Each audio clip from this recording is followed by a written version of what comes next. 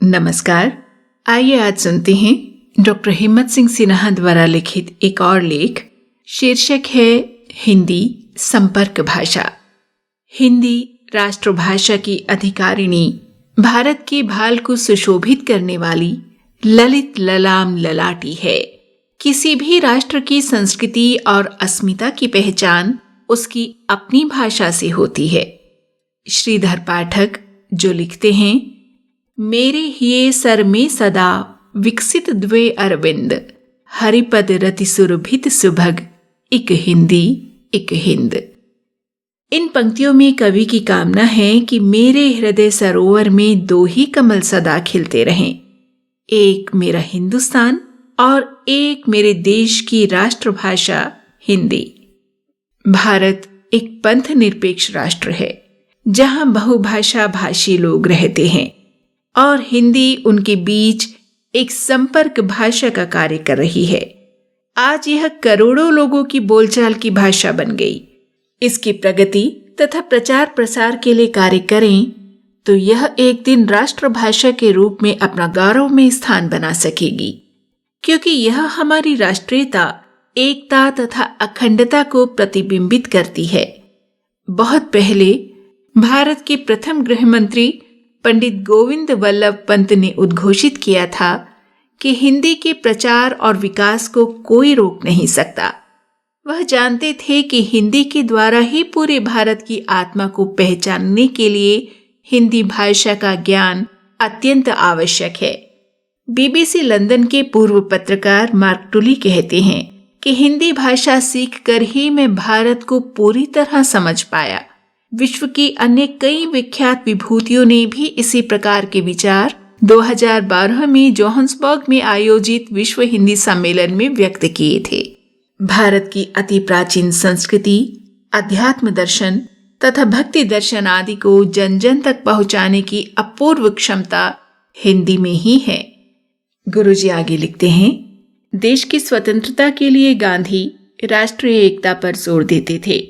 राष्ट्रीय एकता के लिए उन्हें आवश्यकता थी राष्ट्र की ऐसी संपर्क भाषा की जिसके माध्यम से वे पूरे देश को जोड़ सकें। समूचे हिंदुस्तान के साथ व्यवहार करने के लिए हमको भारतीय भाषाओं में एक ऐसी भाषा की जरूरत है जिसे ज्यादा से ज्यादा तादाद में लोग जानते और समझते हों और बाकी लोग इसे झट से सीख सकें। जब वे 1915 में दक्षिण अफ्रीका से भारत लौटे तो उन्होंने पूरे देश का भ्रमण किया और पाया कि हिंदी ही एकमात्र ऐसी भाषा है जो देश को जोड़ने का काम कर सकती है। इसलिए उन्होंने हिंदी की एक राष्ट्रभाषा के रूप में पहचान की थी। वस्तुतः हिंदी को राष्ट्रभाषा के रूप में आगे लाने का श्रेय गांधी जी को ही रहा।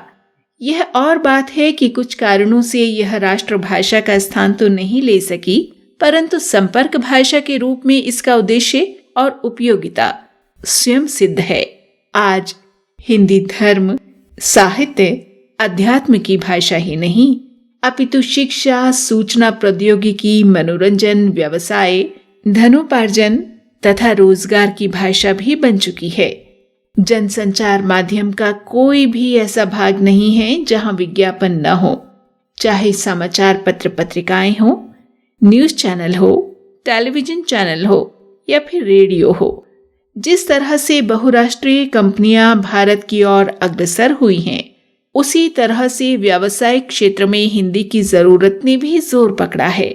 ये कंपनियां अपने उत्पादों को हिंदी विज्ञापनों के माध्यम से बाजार तक पहुंचाने के लिए हिंदी भाषा का अध्ययन तथा सर्वेक्षण करती हैं।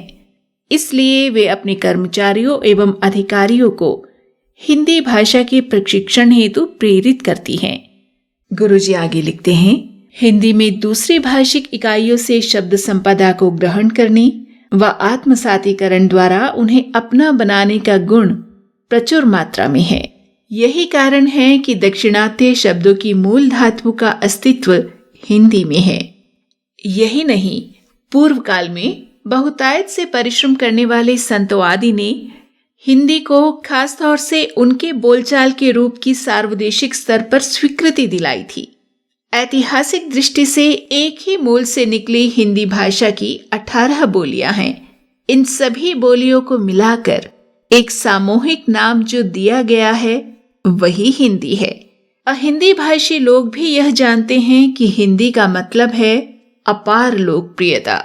इसमें अभिनेता अभिनेत्रियों से लेकर लेखक लेखिकाएं तक शामिल हैं।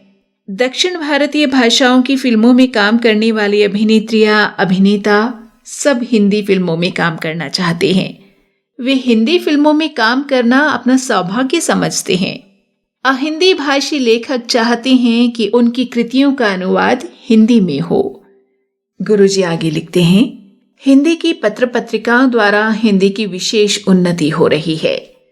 भारत सरकार के समाचार पत्रों की पंजीयक नई दिल्ली द्वारा जारी की गई पंजीकृत पत्र पत्रिकाओं की कुल संख्या अंतिम प्रकाशित सूचना के अनुसार 60,374 है तथा हिंदी में प्रकाशित पत्र पत्रिकाओं की संख्या 24,000 दर्शाई गई है, जबकि अंग्रेजी की पत्र पत्रिकाओं की संख्या 7,596 तथा अन्य की संख्या 20,813 है।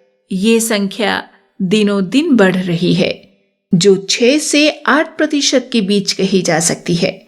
जनसंचार माध्यमों से हिंदी प्रचार प्रसार में आकाशवाणी तथा दूरदर्शन का भी बहुमूल्य तथा उपयोगी योगदान है। सूचना एवं प्रसारण मंत्रालय भारत सरकार की रिपोर्ट के अनुसार दूरदर्शन 30 चैनलों का संचालन कर रहा है। इसके अतिरिक्त निजी क्षेत्र के भी कई चैनल हिंदी में प्रसारण कर रहे हैं, लेकिन आज भी हिंदी को वो स्थान प्राप्त नहीं हो पाया है जिसका स्वप्न ऋषि दयानंद ने अपनी स्वराज्य की कल्पना में किया था। महामना पंडित मदन मोहन मालवीय ने 2 महान संस्थाओं नागरी प्रचारिणी सभा काशी तथा हिंदी साहित्य सम्मेलन प्रयाग के माध्यम से सोचा था। इसके लिए केवल हिंदी के गुणगान मात्र से काम नहीं चलेगा, अपितु हमें भाषा को जीना पड़ेगा और इसको लोक जीवन से जोड़ना पड़ेगा। यदि ऐसा नहीं हो सका तो इसके लिए हमारी भ्रमित मानसिकता ही उत्तरदायी है। आचार्य हजारी प्रसाद द्विवेदी ने अपने एक लेख फिर से सोचने की आवश्यकता है में लिखा है कि हिंदी सेवियों और समर्थकों के साथ नेतृत्व को भी ये सोचना पड़ेगा कि क्या सचमुच स्वभाषा की उपेक्षा करने से देश महान बन सकेगा। महादेवी वर्मा ने कहा कि भाषा सांस्कृतिक प्रश्न है, इसे राजनीति के चक्रव्यूह में नहीं उलझना चाहिए। हिंदी को अधिक लोकप्रिय तथा सर्वग्राह्य बनाने में कुछ उपाय साहित्य जगत में भी करने पड़ेंगे। डॉक्टर रामकुमार वर्मा ने अपने निबंध राष्ट्रभाषा समस्याएं और समाधान में लिखा है कि हिंदी का सरलीकरण किया जाना चाहिए। अत्यंत क्लिष्ट भाषा सामान्य प्रयोग से बाहर हो जाती है।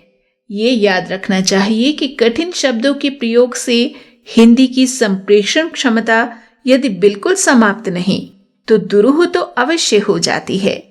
आज आवश्यकता केवल मानसिकता बदलने की है और इसका प्रारंभ पर से नहीं स्व से किया जाना चाहिए। इस विषय में कवि दुष्यंत कुमार जी की ये पंक्तियां प्रासंगिक दिखाई पड़ती हैं। इस नदी की धार से ठंडी हवा आती तो है, नाव जर्जर ही सही लहरों से टकराती तो है। एक चिंगारी कहीं से ढूंढ लाओ दोस्तों, इस दिए में तेल से भीगी हुई बाती तो है। गुरुजी डॉक्टर हिम्मत सिंह सिन्हा का ये लेख सितंबर 2022 को हरिगंधा में प्रकाशित हुआ था। हिंदी संपर्क भाषा, इस विषय में गुरुजी के विचारों ने आपको जरूर समृद्ध किया होगा। अपने विचार और सुझाव हमें जरूर लिख भेजिएगा कमेंट के जरिए। नमस्कार।